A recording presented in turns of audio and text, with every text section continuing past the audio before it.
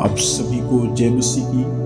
मैं धन्यवाद करता हूँ परमेश्वर पिता का, जिसने 11 महीने तक हम सभी को संभाला और आज की सुबह के समय अपने वचन को सुनने का फिर से अवसर दिया। मैं परमेश्वर को धन्यवाद देता हूँ। काफ़ी समय हो चुका था, आपके बीच में वचन नहीं बांट पा रहा था क्योंकि बहुत प्रॉब्लम आ रहा था वीडियो डालने में, वीडियो अपलोड नहीं हो रहा था। तो मैं धन्यवाद देता हूँ फिर से परमेश्वर पिता ने हालेलुया सहायता किया और सारे चीज़ को परमेश्वर ने सही किया और आपके बीच में वचन पहुंचाने का जो अवसर दिया। मैं परमेश्वर को धन्यवाद देता हूं। जितने भाई बहन आप सुनते हैं, प्रभु आप लोगों को आशीष दे। मैं विश्वास करता हूं, आशा करता हूं कि आप जहां से सुनते हैं, अब जहां कहीं भी है, प्रभु में सुरक्षित है, प्रभु में विश्वास योग्य है। मैं सब बातों के लिए जीवित परमेश्वर को धन्यवाद देता हूँ।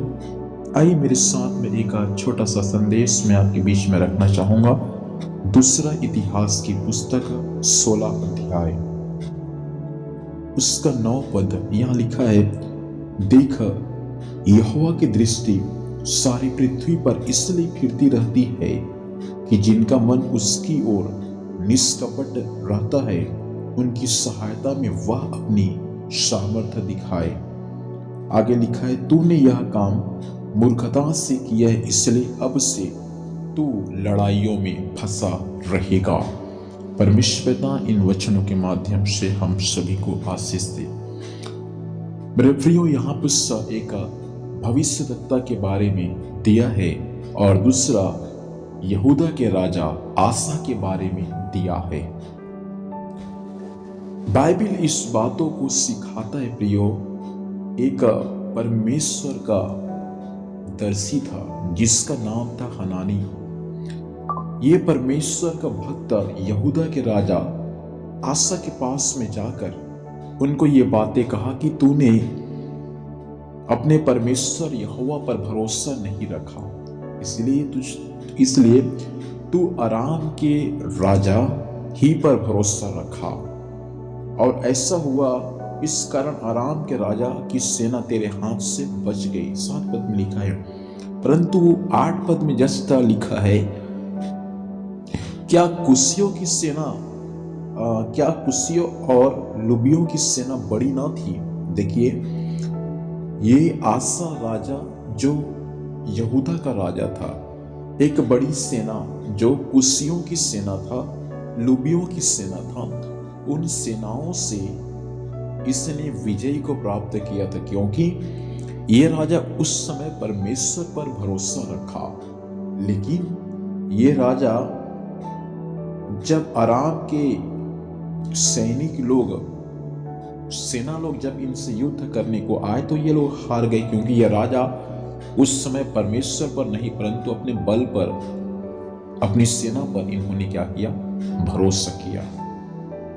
अब 9 पद में एक परमेश्वर का भक्त उनके विषय में ये बातें कहता है कि देखा यहोवा की दृष्टि सारी पृथ्वी पर इसलिए फिरती है कि जिनका मन उसकी ओर निष्कपट रहता है, उनकी वह सहायता करता है, उनकी सहायता में वह अपनी सामर्थ्य दिखाए।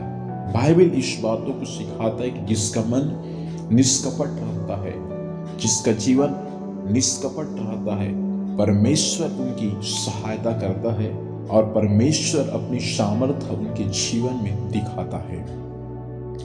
परंतु ये आसा राजा ने परमेश्वर पर विश्वास नहीं किया, परमेश्वर पर भरोसा नहीं किया। इसलिए बाइबल आसा राजा के विषय में ये बातों को सिखाता है कि तू अब से लड़ाइयों में फंसा रहेगा क्योंकि तूने जो काम किया है वह मूर्खता से किया है। जब प्रभु का एक दास जब ये बातें जब आसा राजा से कहा तो राजा क्रोध में आकर परमेश्वर के दास को लकड़ी से उसको ठोकवा दिया। लिखा वचन, उसको काठ में उसको ठोकवा दिया क्योंकि सच्चाई इनको हजम नहीं हुआ।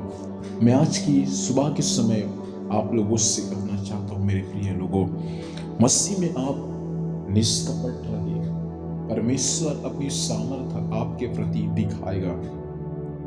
परिस्थितियां चाहे जैसा भी क्यों न रहे, अय्यूब के समान आप निष्कपट रहे, निर्दोष रहे, परमेश्वर जरूर आपकी सहायता करेगा। जरूर परमेश्वर आपके जीवन में अपनी महिमा को स्वर्ग से प्रकट जरूर करेगा। सर्वशक्तिमान जीवित परमेश्वर पिता, धन्यवाद देते हैं प्रभु जी आज की सुबह के लिए। वचन के माध्यम से आपने सभी को बात किया, इस वचन के अनुसार चलने में सहायता करें। यीशु के नाम से पिता आशीष को मांगते हैं, आमीन। आप सभी को जय मसीह की। परमेश्वर आप सबको बहुत ऐसे आशीष दे। God bless you. Praise the Lord.